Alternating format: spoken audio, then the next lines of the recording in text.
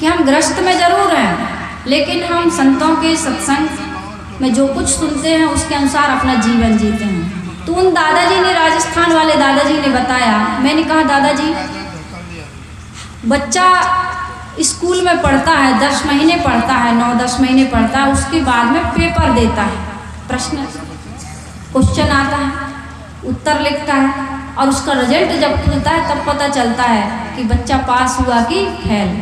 आप बूढ़े हो गए, बुजुर्ग हो गए, आपने समाज से, समाज के व्यवहार से, संबंध से, भोग से कितना सुख पाया? बेटी सुख नहीं पाया। उन्होंने कहा बेटी सुख नहीं पाया, धोखा पाया, धोखा।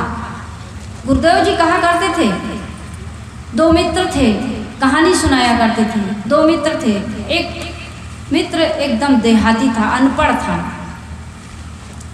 अपने मित्र से मिलने शहर गया, बड़ा स्वागत किया। उसने कहा चलो मित्र थोड़ा मार्केट चलते हैं, घूमने बाजार चलते हैं।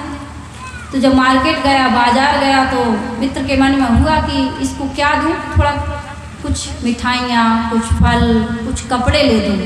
तो कपड़ों की दुकान पर गया, तो कपड़े की दुकान पर गया तो आजकल जो पुतले नहीं रखे रहते हैं, पुतले लेडीज़ के भी, जेंट्स के भी, बच्चों के भी, तो एक पुतला बहुत सुंदर साड़ी पहने लेडीज़ का वहाँ पर रखा हुआ था। तो बेचारा देहाती कभी देखा नहीं था, शहर गया नहीं था, मॉल में गया, देखा तो कहता है बहन जी नमस्ते। तो उस मित्र ने कहा बड़े भोले हो, कुछ नहीं जानते, ये तो पुतला है, इसको तुम नमस्कार कर रहे हो, ये असली नहीं है। तो उस दोस्त ने कहा अरे धोखा हुईगा, यूपी की बात है, कहा धोखा हुईगा। थोड़ा और आगे बढ़े, देखे तो गोरी मैम साहब जिंदा एकदम सूटेड बूटेड टिप टॉप खड़ी हुई थी। तो वो समझा कि ये भी पुतला होगा, तो उसके गाल पर हाथ फेर के, आप तो बिल्कुल जिंदा लगती हो, सजी बनी। तो उसने मिला के एक चांटा दिया इसके गाल पर। तब उसने कहा अरे धोखा हुईगा। तो बस ऐसे ही धोखा खा रहे हैं हम और आप। किसी भी थोड़ा बहुत जिसके पास समझ है, किसी भी बूढ़े से पूछ लीजिए आप अपनी ज़िंदगी में सफल हैं, वो भी कहेगा क्या बताएं साहब धोखा खा रहा है।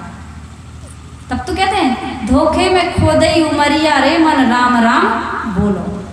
अंत समय में कहते हैं राम नाम सत्य है, और जिंदा रहे तब तक राम नाम सत्य नहीं था।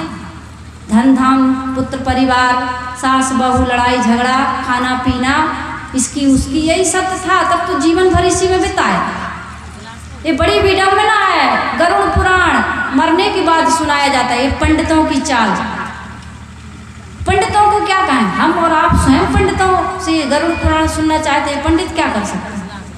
आप बागेश्वर धाम मत जाइए, क्या करेंगे बागेश्वर धाम। आप दुनिया के जितने अपने आत्मा रूपी परमात्मा से बाहर ईश्वर ब्रह्म परमात्मा देवी देवता बताते हैं, उनके पास मत जाइए। पवित्र कर्मों को ही पूजा समझने लगिए आप, आत्मा को ही परमात्मा और मनुष्यों को इनको देवी और देवता समझने लगिए। कहीं जाने की क्या, वो बुलाएंगे, आपके पास आएंगे, आपको जबरदस्ती अपना मंत्र कान में फूंक देंगे। आपसे पत्थर पर जल चढ़वा सकते हैं? नहीं, आप स्वयं चढ़ाते हैं, क्योंकि जिंदा सास को तो जल चढ़ाने में बड़ी तकलीफ हो रही। जिंदा सास को तो कहते हैं हम तुम्हारी वो दुर्दशा करेंगे बुढ़ापे में देखना, ऐसा मंत्र बोलती है बहू।